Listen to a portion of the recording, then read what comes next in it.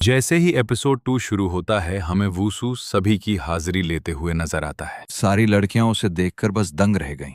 सोचती रहीं, भाई ये बंदा कितना हैंडसम है। मजे आ गए कि हमें यही क्लास टीचर मिल गए। आज से हमें हर दिन स्कूल आने में मजा आएगा और गणित को भी हम पूरे मन से पढ़ा करेंगे। यूजू वूसू को लगातार घूर रही थी और साथ में मुंह भी बिगाड़ रही थी। जब वूसू ने हसू को बुलाया और उसने झट से हाँ कह दिया तो वूसू बोला, अरे वाह, मैं तो तुमसे बड़ा इंप्रेस हूं। केएमओ में गोल्ड मेडल जो जीता है तुमने। हसू तो थैंक्स कह रही थी, वहीं यूजू को कुछ पल्ले नहीं पड़ रहा था।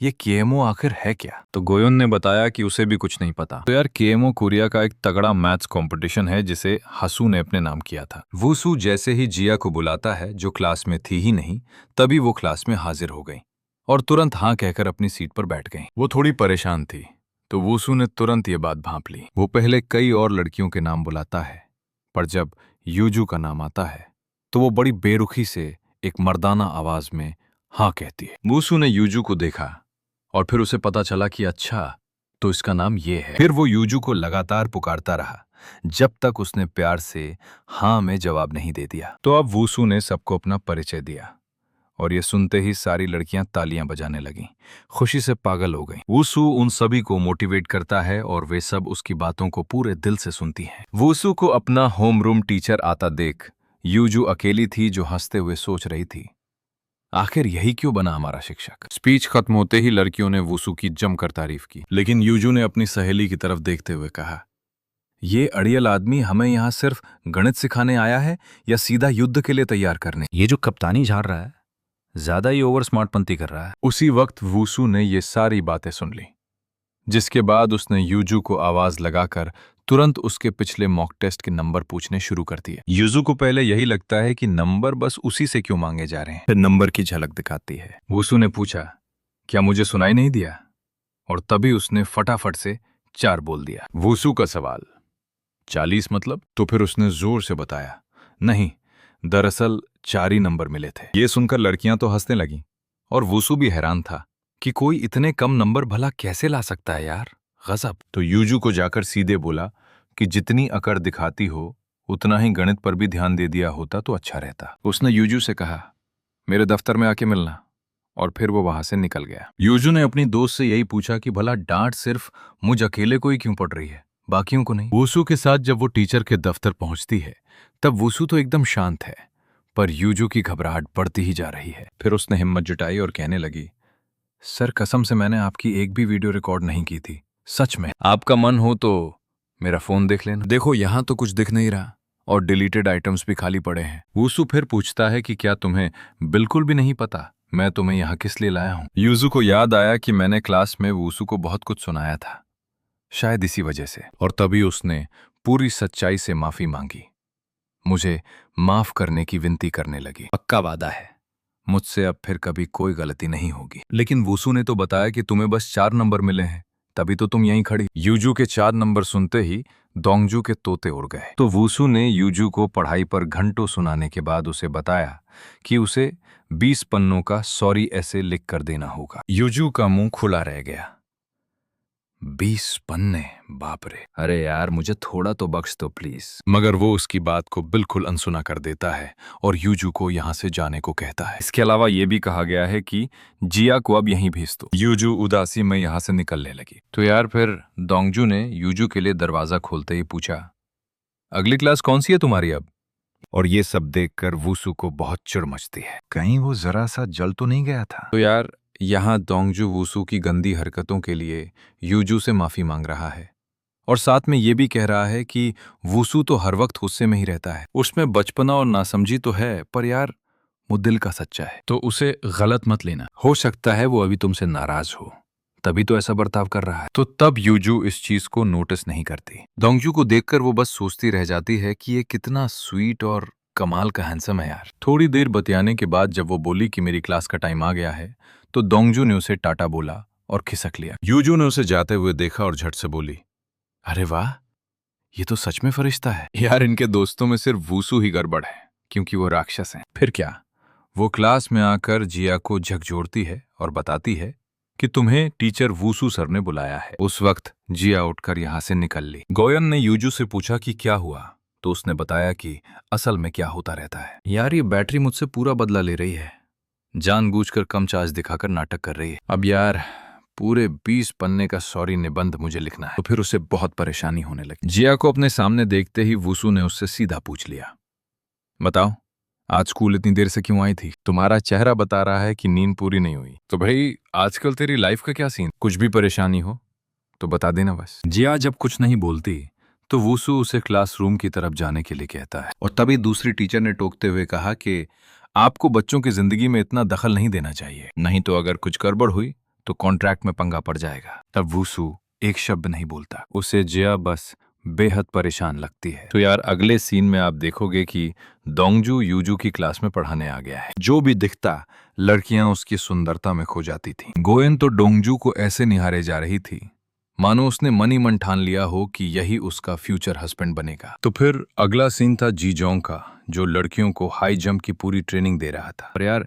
किसी भी लड़की से ठीक से जम नहीं हो पा रहा था। फिर भी गीजोंग के लिए वो अपना पूरा जोर लगा रही होती है। यार जीजोंग एक तरफ सबकी चिंता में था, ऊपर से सबका ख्याल भी अच्छे से रख रहा था। दाजू क्लास में जापानी सिखा रहा था और वहीं लड़कियों की हालत तब भी पतली ही थी। उसको गौर से देखने पर दाजू का स्वभाव भी थोड़ा दोस्ताना लगता है। इस वजह से वो सब में ऐसा रच बस गया था कि अपने कॉलेज के सारे मजेदार किस्से सबको फटाफट सुना रहा था। लड़कियां और भी इंप्रेस होती गईं। तो सीन ऐसा है कि इन चारों धांसू टीचर्स ने पूरे स्कूल में खुशियों की रौनक ला दी है। तो वुसु अपनी क्लास को एकदम बढ़िया पढ़ा रहा था और दसू के गणित के सवाल हल करवाते हुए ये भी बता रहा था कि फॉर्मूले कहाँ कहाँ और कैसे इस्तेमाल करने हैं। जब भी यूजू की नज़र वुसु पर पड़ती वो उसे देखकर बस मुंह बिचका देती थी।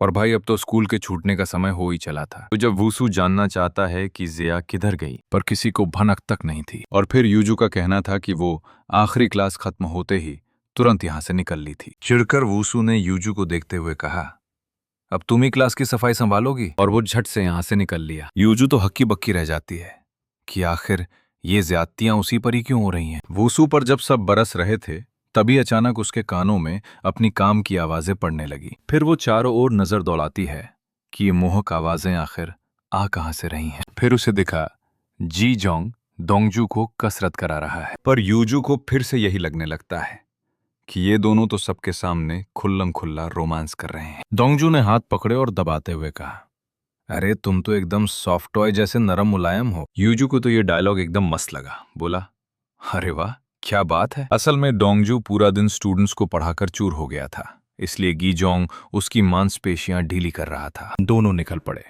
और गीजोंग ने जाते जाते बोला कि रात को घर पहुंचकर तुम्हारा मसाज करूंगा। फिर यूजू तो हैरान ही रह गई कि आखिर ये दोनों किस तरह की प्यार भरी बातें कर रहे थे। तभी यूजू को नाक से खून आने लगा। अच्छा, तो कुछ ज्यादा ही रोमांटिक सीन में खो जाने के बाद अब अगले सीन में यूजू लाइब्रेरी में है। वहां उसकी दोस्त को पेट में भयंकर दर्द था, तो यूजू ने उसे दवाई दी और ये कहकर टाल दिया कि मेरी मम्मी ने दी है। बस फिर यूजू को थैंक्स बोलकर वो निकल ली। यूजू तो बहुत एक्साइटेड होकर अपनी बीएल रोमांस नॉवल लिखने बैठी थी, पर अब ये टेंशन कि किस नए टॉपिक पर लिखूं, क्योंकि सारे टॉपिक्स तो वो पहले ही निपटा चुकी हैं ना। देखो यार, अमीर गरीब का किस्सा, सीनियर जूनियर की बातें, दुश्मनों की कहानी, ये सब तो अपन पहले ही निपटा चुके हैं।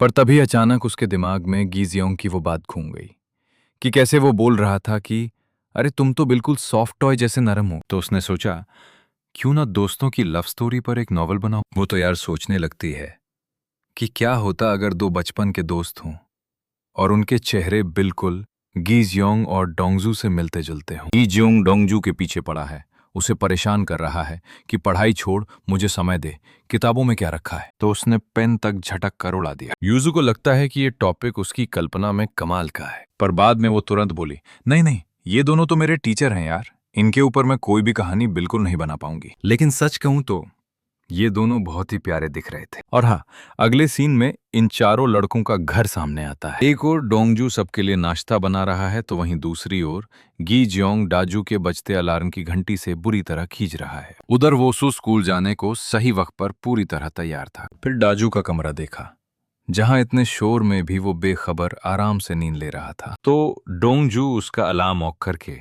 उसे नींद से जगाकर बिठाता है और बताता है कि नाश्ता तैयार है। जल्दी आ, नहीं तो ठंडे टोस्ट खाने पड़ेंगे। वो पूछता है, यार टोस्ट कुरकुरा है क्या?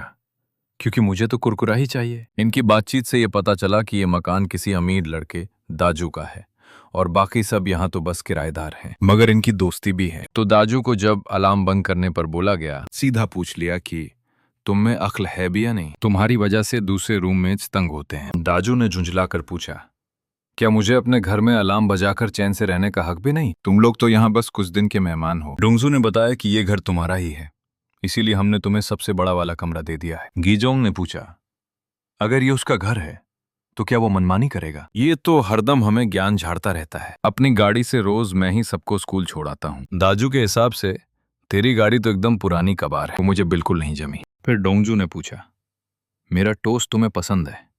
इसमें कोई शक नहीं है ना, क्योंकि यहाँ सबका खाना मैं ही बनाता हूँ। तो यार इतना लोड मत ले। अगले पल तीनों लड़ पड़े। तो भाई अब सीधा स्कूल चलते हैं, जहां आज सीन ये था कि जैसे ही डोंगजू युइजू की क्लास में पढ़ाने आया, युइजू पूरी फोकस से पढ़ाई कर रही थी। मतलब वो अपनी नोटबुक में बस कुछ न कुछ लिखती ही रहती है, मगर असली बात यह है कि वो पढ़ाई वढ़ाई नहीं कर रही, बल्कि डोंगजू को बारीकी से देखकर उसकी हर बात, हर स्टाइल और हर लुक को लिख रही है, क्योंकि उसने मन बना लिया है कि डोंगजू को अपने उपन्यास का किरदार बनाएगी, लेकिन उसे पब्लिश नहीं करेगी। बस अपने मन को खुश करने को लिखूंगी और निजी रखूंगी। जब उसकी नजर गोया पर पड़ी, जो डोंगजू में लीन थी, तब युइजू ने गोया के लिए खुशी महसूस करना शुरू कर दिया। क्लास खत्म होते ही जैसे डोंगजू निकला, गोया ने युइजू से तुरंत कहा कि मुझे देख और मुझसे कुछ तो सीख ले भाई। फिर वो डोंगजू के पास पहुंचकर उसे रोक लेती है और एक चॉक स्टैंड तोहफे में देती है, ये समझाते हुए कि ये उसके बहुत काम आएगा। फिर डोंगजू ने गोया की तरफ देखा। डोंगजू की आंखें देखते ही गोया भी हैरान रह गईं।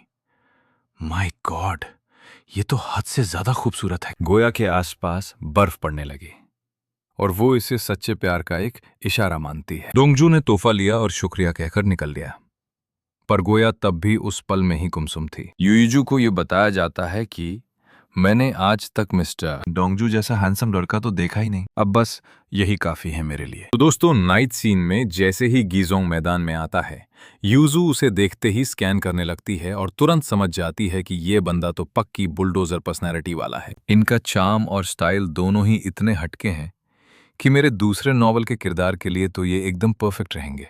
मैंने खुद देखा है कि मिस्टर डोंगजू के साथ वो एकदम नाको बन जाते हैं। गीजोंग ने सारी लड़कियों को बताया कि आज वो सबको रेस में उतारने वाला है। जब कुछ लड़कियां घबरा रही थीं, वहीं दूसरी कुछ खुशी से खिल उठीं। अब जरा देखते हैं हमारी लड़कियां दौड़ लगाने को कितनी कमर कस चुकी हैं। और फिर रेस शुरू होते ही सारी लड़कियों ने अपनी पूरी जान लगा दी। युइजू जब पीछे थी तो गीजेओंग उसे हौसला देने आया, पर युइजू ने गीजेओंग की बातों को ही अपने मन में रोमांटिक डायलॉग्स की तरह बदलकर एक लव सीन बना लिया, जिसमें डोंगजू हीरो था। अपनी पूरी जान झोंक दो, क्योंकि तुम्हें पता है कि तुम ये कर सकते हो और तुम्हें इसे करना ही पड़ेगा। तो ये सब सोचते ही युइजू इतनी शर्मा गई कि शर्म से लाल होते हुए वो तुरंत पूरी तेजी से भाग निकली। वो इतनी तेजी से दौड़ी कि बाकियों को पीछे छोड़ती चली गई। तो अब युइजू टॉप पर आ गई और आखिरकार रेस उसी ने अपने नाम की। उसकी इतनी तूफानी रफ्तार देखकर गीजोंग का तो दिमाग ही घूम गया कि ये कैसे हुआ। तो सीन ये था कि जब बाकी लड़कियां अपनी रेस में भाग रही थीं, गीजेओंग पानी की बोतल लेकर युइजू के पास पहुंचा, पूछने की सब ठीक है या नहीं। युइजू ने अपने पास इतना हैंडसम लड़का देखा और घबरा गई। गीजोंग तुमसे पूछ रहा है, रनर हो क्या? क्योंकि तुम दौड़ने के लिए ही बने हो। तुम्हारी मर्जी हो तो मैं तुम्हें बुधवार को एक्स्ट्रा प्रैक्टिस करवाकर कंपटीशन के लिए एकदम तैयार कर सकता हूँ। पहले सोच समझकर मुझे बता देना, फिर फॉर्म भर कर लेते आना। और ऐसे में युइजू की नजरें गीजेओंग पर बस टिकी रह जाती हैं। मतलब गीजोंग जैसे ही उसकी असली काबिलियत की तारीफ कर रहा था और प्यार से बात भी कर रहा था, बंदे का तो दिल एकदम धक धक करने लगा था। तो उसने तुरंत बहाना बनाया और यहां से निकल ली। कुछ कदम और चलकर गीजोंग की तरफ देखते हुए वो हैरान होकर बोलती है, यार अभी अभी मेरी धड़कनें इतनी तेज क्यों हो गई थी? नहीं यार, मेरे टीचर के लिए मेरे दिल में प्यार मोहब्बत नहीं आ सकती। यार ये मेरी किताब के कैरेक्टर हैं और डोंगजू के बॉयफ्रेंड बनने वाले हैं, फिर भी